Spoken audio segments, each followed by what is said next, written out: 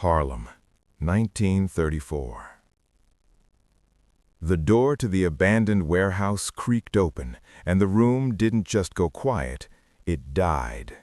This wasn't a peaceful silence. This was the sudden, choking stillness of 15 white-hooded men who stopped breathing, stopped moving, and reached as one for the guns hidden beneath their robes. They were holding a Ku Klux Klan meeting in a forgotten basement on the very edge of his territory, in the heart of his neighborhood. The Grand Dragon stood up slowly, his voice a low, contemptuous rumble. "Boy, you just made the biggest mistake of your—" But Bumpy Johnson didn't let him finish. What happened in the next 8 minutes would burn itself into legend. 15 men walked into that meeting. Only 3 ever walked back out. And those three survivors spent every single day for the rest of their lives wishing, praying that they had been among the dead instead. This is the true story of the night Ellsworth Bumpy Johnson taught the Ku Klux Klan that Harlem wasn't just a neighborhood, it was a fortress, it was a kingdom. And kings do not ask for permission. To understand the fury, the absolute necessity of that night, you must first feel the desperation that choked Harlem in early 1934. The Great Depression hadn't just hit America, it had crushed Black America beneath its heel. In Harlem, unemployment wasn't just a number, it was a ghost haunting every brownstone, pushing 50%. Families huddled together in the cold, eviction notices clutched in trembling hands. Children cried themselves to sleep with empty bellies, the sound a constant, mournful hymn in the dark. And into that gaping wound of fear and need, the Ku Klux Klan saw its chance. You must understand, the Klan wasn't some distant southern bogeyman. By the 1930s, its venom had seeped north. New York, Chicago, Detroit, places where Black families had migrated on trains of hope, searching for freedom, only to find the same old hatred had bought a ticket right alongside them. But in Harlem, their strategy was different. They couldn't parade in their sheets here, they'd be torn apart, so they became creatures of the shadow. Anonymous notes slipped under doors in the dead of night, "Get out or burn." Smoldering crosses, their flames licking the sky from tenement rooftops. Black-owned shops waking to find their windows shattered, their livelihoods destroyed into splinters and dust. No witnesses, no arrests, and the NYPD, they did nothing. Some of the officers were probably sitting in those very meetings. By February of 1934, the terror was a thick, suffocating fog. Pastors preached faith on Sunday, but slept with loaded revolvers on their nightstands Monday. Shopkeepers stood guard in their own doorways, shotguns glinting in the low light. Mothers and fathers walked their children to school in tight, fearful groups, eyes darting to every alleyway. The Klan was winning. They were winning through sheer, unopposed terror. And it seemed no one in any position of power had the will or the courage to stop them. No one, except one man. His name was Ellsworth Bumpy Johnson. In 1934, he was 28 years old. He'd been in Harlem a decade, rising from a street-level enforcer to a commanding figure in the neighborhood's numbers racket. But Bumpy was a different kind of man. He didn't just extract from his community, he shielded it. When white landlords came to throw a struggling Black family onto the icy streets for missing rent, Bumpy was there, cash in hand. When corrupt police leaned on a Black business for their protection money, Bumpy leaned right back, and those cops found themselves suddenly transferred to quiet, faraway precincts. When outside gangs, hungry for a piece of Harlem, tried to move in, Bumpy sent them back home in ambulances. To the people of Harlem, Bumpy Johnson wasn't a mere gangster. He was a guardian, a scarred, hardened man who'd learned in prison yards and on brutal street corners that respect is never, ever given, It is taken. And when the shadow of the Klan began to darken his people's doors, Bumpy Johnson took it as the deepest, most personal insult imaginable. The clock was ticking towards midnight on February 7th, just one day before the meeting. Bumpy sat in the dim, smoky back room of Small's Paradise, the famous jazz club on 135th Street. The sound of a trumpet solo bled through the walls, a lonely, beautiful sound. Then the door opened, and his most valuable asset walked in, Marcus. Marcus was light-skinned, a man who could, when necessary, move through the white world unseen. He was perfect for the delicate, dangerous work of intelligence. And tonight, Marcus looked pale, his usual composure cracked. "Mr. Johnson, I have something you need to hear." Bumpy gestured to a chair, his eyes never leaving the man's face. "Talk." "I've been tailing that Klansman like you asked, the one leaving the threats, William Hawkins. I followed him for 3 days. Bumpy leaned forward, the chair groaning beneath him. And tonight he met with others, white men in fine automobiles. I kept my distance, watched them disappear into that old warehouse by the Harlem River, the one in the industrial zone near 145th. I counted 'em, Mr. Johnson. 15 men. They're in there right now." Marcus's hand shook slightly as he pulled a small leather-bound notebook from his coat.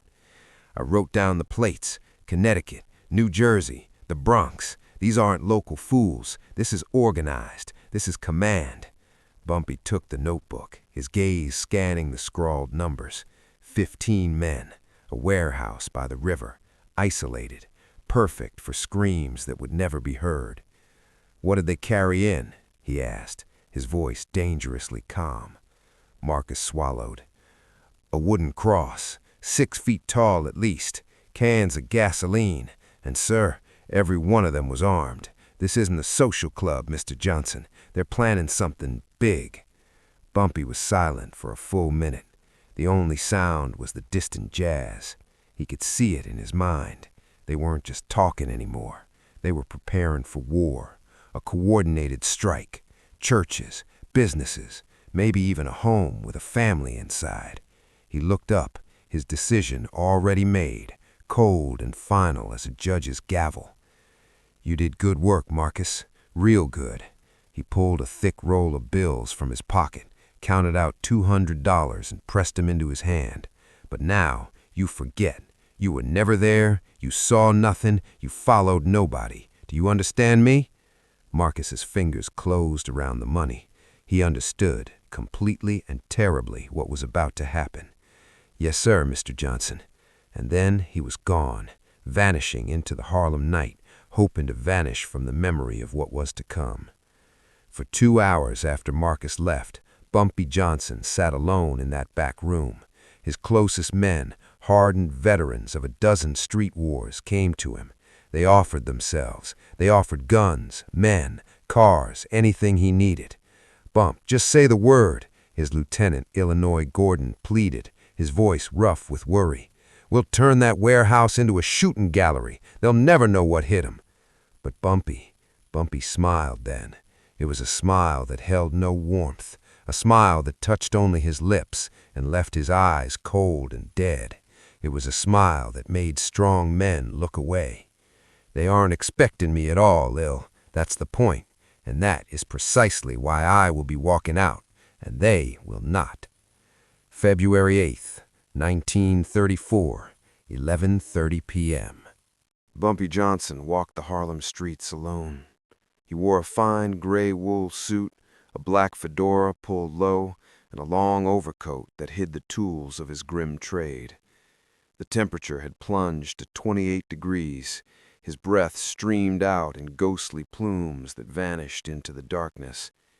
The streets were nearly empty, just a few souls hurrying home, shoulders hunched against the bitter cold. As he moved east toward the river, the familiar Harlem faded. The vibrant lights of the clubs and shops gave way to deepening shadow, to the looming skeletons of closed factories and abandoned warehouses. This was the industrial wasteland, the forgotten seam where Harlem met the cold, black water of the Harlem River. This was where the city hid its shame, and it was here, in this perfect nowhere, that cowards and hoods thought they could plot their terror in safety. He reached the warehouse at 11:35. It was a hulking 3-story brick monster, windows boarded up, silence screaming from its empty frames. 2 cars were parked sloppily in the alley behind it, a Buick and a Cadillac with out-of-state plates, just as Marcus had said. Bumpy circled once, a predator sizing its prey. The main entrance was nailed shut, but the loading dock door in the back, it was slightly ajar, an invitation for vermin. He stood in the shadows, listening, and from within he heard them. Muffled voices, laughter, the scrape of wood on concrete. They were inside. They were confident. At 11:45, on the dot, Bumpy Johnson pulled his coat tight, touched the brim of his hat, and walked toward that open door. He did not hesitate. He did not knock. He simply grasped the cold metal handle, pulled the door wide, and stepped inside. The basement was a scene from a nightmare painted in flickering kerosene light. 15 figures in white robes and pointed hoods stood around a large table. On that table were detailed maps of Harlem, and in the corner, waiting like some awful idol, stood a 6-foot-tall wooden cross ready for its baptism in gasoline. The Grand Dragon, a man named Robert Garrison from Stamford, Connecticut, was pointing at the map, his voice crisp, commanding. "Thompson, you take the Baptist Church on 129th. Wait for the Wednesday night prayer meeting to let out, then we—" His sentence died in his throat, because there, in the doorway, stood a black man in a gray suit. The room did not go quiet. It was vacuum-sealed in shock. 15 hooded heads turned, 15 minds fogged with hate and false power, scrambled to understand the impossible. They had been so careful. This place was a tomb. No one knew. And yet, here he stood, a king surveying trespassers in his own castle. Robert Garrison recovered first. He pushed back his hood, revealing a thin, pinched face behind wire-rimmed glasses. A smug, cruel smile spread across his lips. "Boy," he drawled, the word dripping with venomous familiarity, "you just made the biggest mistake of your—" Bumpy raised a single hand. The gesture was so utterly calm, so laden with absolute authority, that it cut Garrison off as effectively as a slap. "Before you finish that sentence," Bumpy said, his voice low, a soft rumble that carried to every corner of the silent room, "I want you to understand one thing. You picked the wrong neighborhood." One of the Klansmen, younger, with fire in his eyes and stupidity in his heart, made a move. His hand darted toward the pistol on his hip. Bumpy didn't flinch. He didn't even shift his stance. He just locked eyes with the young man and spoke, each word a drop of freezing water. "You pull that gun, you better use it, because if you don't kill me with the first shot, you will not get a second." The young man's hand froze, hovering over the weapon, paralyzed by the certainty in that voice. Garrison tried to rally, to reclaim the room. "There are 15 of us, one of you. Even if you've got a cannon under that coat, you're dead before you can fire. So I suggest you turn around, walk out that door, and forget you ever laid eyes on us." Bumpy tilted his head, a slight, almost curious motion. "See, that is where you made your second mistake. You assumed I came here to negotiate." He took 3 steps into the room, slow, deliberate. His hands were still visible, still empty at his sides. "You've been terrorizing my neighborhood for months. You slip your notes like cockroaches. You burn your crosses in the dark. You threaten mothers and children. You thought we were too scared to fight. You thought your skin, your hoods, your guns, your bought police made you untouchable. Another step. The kerosene lamps threw his long, dark shadow across the terrified men. You were wrong. Garrison's smugness was cracking, revealing the fear beneath. Now listen here, boy. Stop calling me boy. Bumpy's voice didn't rise. It didn't need to. It was a whip crack in the still air. My name is Bumpy Johnson. And after tonight, every Klan member from this river all the way down to Mississippi is going to know that name. Because you 15, you are going to be my lesson. A heavy-set man with a thick southern accent finally broke, his fear turning to rage. We don't gotta listen to this. He never finished the word. What happened next was not a brawl. It was not a fight. It was an extermination. Bumpy moved with a horrifying premeditated efficiency. He had choreographed this violence in his mind during those 2 silent hours at Small's Paradise. The heavy-set man went for his gun. Bumpy was already a blur. He closed the distance in a heartbeat. His fist, hardened by a lifetime of conflict, shot out, not to the jaw, but to the throat. A sickening, wet crunch echoed in the chamber. The man collapsed, clawing at his neck, his eyes bulging as he fought for air that would never come. The young, impulsive Klansman finally jerked his pistol free. His hand was shaking violently. He fired. The shot was a deafening roar in the confined space, but it went wild, sparking off the brick wall far behind Bumpy. Bumpy didn't even blink. In one fluid motion, he grabbed a kerosene lamp from the table and hurled it. The glass reservoir shattered against the young man's chest. Kerosene soaked his robes. The flame from the wick followed. In an instant, he was a shrieking, stumbling torch, his gun clattering to the floor as he beat frantically at the fire devouring him. Now, chaos, pure, screaming, mindless chaos engulfed the room. 15 men became a panicked swarm, fumbling for weapons, tripping over chairs, scrambling away from the burning man in the dark, moving vengeance in their midst. But Bumpy Johnson had grown up in a far worse school than they could ever imagine.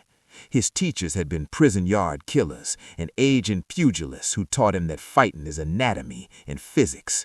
It is about levers. It is about pressure points. It is about applying brutal force to the most vulnerable places on the human body, the throat, the eyes, the knees, the groin. Spread out, surround him. He's just one man, Garrison screamed, trying to be a general again. Bumpy's answer was the wooden cross. He grabbed the 6-foot oak beam from the corner. It was heavy, solid. He swung it not like a man, but like a force of nature. It connected with the side of Robert Garrison's head. The sound was unforgettable. A wet, final thud. Garrison's body folded to the floor like a discarded robe, and he did not move again. 3 Klansmen, driven by a final, desperate courage, rushed Bumpy at once. He used the cross as a spear, driving the pointed end into the stomach of the first with all his strength. Using the man's body as a pivot, he swung the cross in a wide, terrible arc, catching the second man full across the face with a crack of shattering bone. The third man got close enough to grab Bumpy's coat sleeve. Bumpy dropped the cross. His right hand flashed into his pocket and emerged holding a straight razor. The blade flicked open with a soft, deadly snick. He swung it in a short, vicious arc. The razor opened the man's face from the corner of his eye down to his jawline. The Klansman screamed, a high, shrill sound of utter agony, and stumbled back, blood sheeting through the fingers he clamped to his ruined cheek. The fire was spreading now. The kerosene, the dry, rotten wood of the old building, it was all fuel. Thick, black, acrid smoke began to boil through the basement, stinging eyes, clawing at lungs. The remaining Klansmen were blind, choking, shooting at phantoms in the gloom. But Bumpy, Bumpy moved through the smoke like he could see through it, because he had memorized the room before the first lamp was thrown. He was a ghost in the fog they had created. One by one they fell, some to his fists, sharp and precise as hammer blows, some to the bullets of their own terrified brothers, firing wildly at sounds in the smoke. Some simply succumbed, collapsing to the floor as the poisonous fumes stole the air from their lungs. It lasted 8 minutes. 8 minutes from the moment Bumpy crossed the threshold to the moment the last man capable of movement stopped trying to fight and started trying to crawl. As the firelight grew, piercing the swirling smoke, the horrific tally was revealed. 12 bodies lay still on the concrete floor. Some were victims of violence, some of smoke, some of the flames that now climbed the walls with a hungry roar. Only 3 were left alive, and they were not unharmed. One clutched a shattered arm, another dragged a useless leg. The third simply lay whimpering, trapped under a fallen beam. Bumpy Johnson stood near the door. His fine suit was torn and smeared with blood and soot.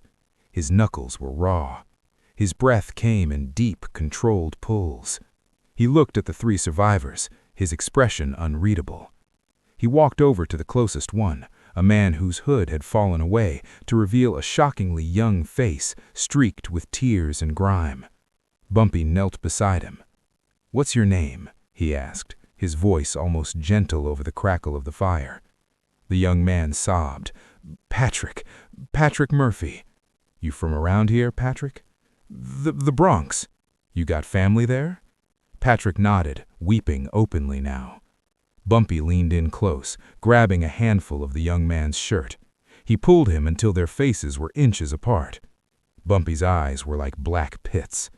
"Then you go home to them tonight, and you tell every single Klan member you know exactly what happened here. You tell them Bumpy Johnson walked into a meeting of 15 men and walked out alone. You tell them what the price is for bringing terror to Harlem. Do you understand me?" He released Patrick, who scrambled backward like a crab. Bumpy turned his gaze to the other 2 survivors, his voice rising to a command that cut through the roar of the flames. "The same goes for you. Get out, crawl if you have to, and you spread the word. The Klan is not welcome in Harlem. Not tonight, not tomorrow, not ever." The 3 men, Patrick Murphy and the other 2, did just that. They crawled, they limped, they dragged each other up the stairs and out into the blessed freezing cold of the night, leaving their dead brothers and their twisted ideology to burn. Bumpy watched them go. He took one last look at the basement inferno, at the 12 white-shrouded forms, at the cross now fully ablaze.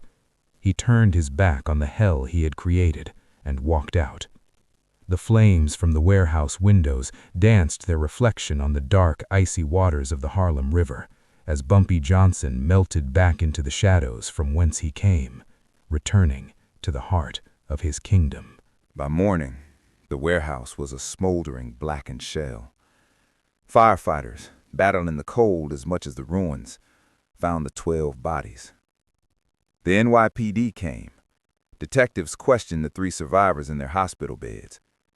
Patrick Murphy and the others gave vague, trembling accounts. It was dark. We don't know who. It all happened so fast. But the evidence was undeniable. Charred white robes, Klan pamphlets half burned, maps of Harlem with black churches and businesses circled in red, the remains of the wooden cross.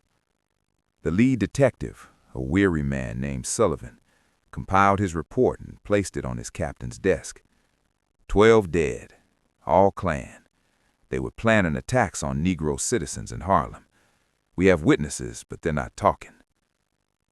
The captain read every word slowly. He looked up, his face grim. "What is your recommendation, detective?" Sullivan knew what the question truly meant. He sighed. "Sir, we could investigate. We could try to find the perpetrators. But if we do that, this becomes public. The newspapers will run headlines that the Ku Klux Klan was operating a terrorist cell in New York City. that they were planning to burn down Harlem. City Hall will explode. The mayor's office will have a fit. And it makes this department, it makes us look either incompetent or complicit. The captain was silent for a very long time. He looked at the report, then at the closed door, as if weighing the scales of justice against the scales of political convenience. Finally, he picked up the report, opened his bottom desk drawer, and dropped it inside. He closed the drawer with a firm, final thud. Accidental fire. Vagrants squatting in an abandoned building. Combustible materials. No arrests. Case closed. Detective Sullivan simply nodded. Yes, sir. Case closed. And that is how 12 Ku Klux Klansmen met their end in a Harlem basement, and no one was ever charged. Because the NYPD decided that the scandal of the Klan's presence was a far greater crime than the justice that had been delivered to them. The 3 survivors kept their terrified promise. Patrick Murphy went back to the Bronx and told his local Clavern, his voice trembling. The story spread like wildfire through the secret networks of hate, to New Jersey, to Connecticut, to Pennsylvania. With each telling, it grew, shrouded in myth. Some said Bumpy had killed all 15 with his bare hands. Some said he'd set the fire himself and watched them burn. Some said he'd made the survivors beg for their lives. The truth was terrible enough. Within a week, every single Klan operation in Harlem ceased. The anonymous note stopped. No more crosses blazed on rooftops. No more store windows were shattered in the dark. The cowards in white hoods, who had thrived in shadows, decided that Harlem shadows were far too dangerous for them. Bumpy Johnson had taught them a fundamental lesson they had never learned in all their years of hatred. Black people could and would fight back, and when they did, Klansmen bled red, screamed loud, and died just as easily as anyone else. The night of February 8, 1934, became bedrock legend in Harlem. For decades, in barbershops and kitchen tables, people whispered the story of the night Bumpy Johnson walked into the lion's den alone and tamed the lions with pure, unforgiving force. For Harlem's families, it meant safety. It meant a protector who stood when no one else would. For the underworld, it earned a respect that bordered on awe. For bigots who thought they could cross the line, it instilled a deep, abiding fear. Years later, in the 1960s, a young reporter finally got an audience with the aging Bumpy Johnson. He gathered his courage and asked, "Mr. Johnson, the story from 1934, the Klan meeting, did it really happen the way people say? Did you really go in there alone?" February 8th, 1934. 15 men walked into a basement, hidden behind white hoods, armed with guns and gasoline, their hearts full of hate, their minds set on terror. One man walked in after them. No mask, no army, just his 2 fists, a razor, and an unbreakable will. 8 minutes later, 12 men were dead. 3 crawled away, broken messengers of a new and terrible law. And Bumpy Johnson walked out into the cold Harlem night, past the ruins and the river, back to the warm, living heart of his streets, where his people could sleep just a little safer, breathe just a little easier, because of the hell he had delivered unto their tormentors. This is not merely a gangster tale. This is a story about the moment a line is drawn in sand and blood. It is about the choice to stop being a victim. The Klan thought Harlem was weak. They thought fear was a one-way street. They learned, in the most final way possible, that they were wrong. So if this story struck a chord in you, if it reminded you that sometimes standing up is the only option left, then let me know. Subscribe for more stories of the legends history tried to bury, because this is the grit and the glory that built Harlem. What would you have done in Bumpy's shoes? Walked in alone or brought the war to them? Let us know in the comments and turn on those notifications because we are just getting started. Next week, we tell the story of how Bumpy Johnson made Lucky Luciano himself, the king of New York crime, step back and show respect. Remember, respect is never given. It is always, always taken. And on a freezing night in February 1934, Bumpy Johnson took his.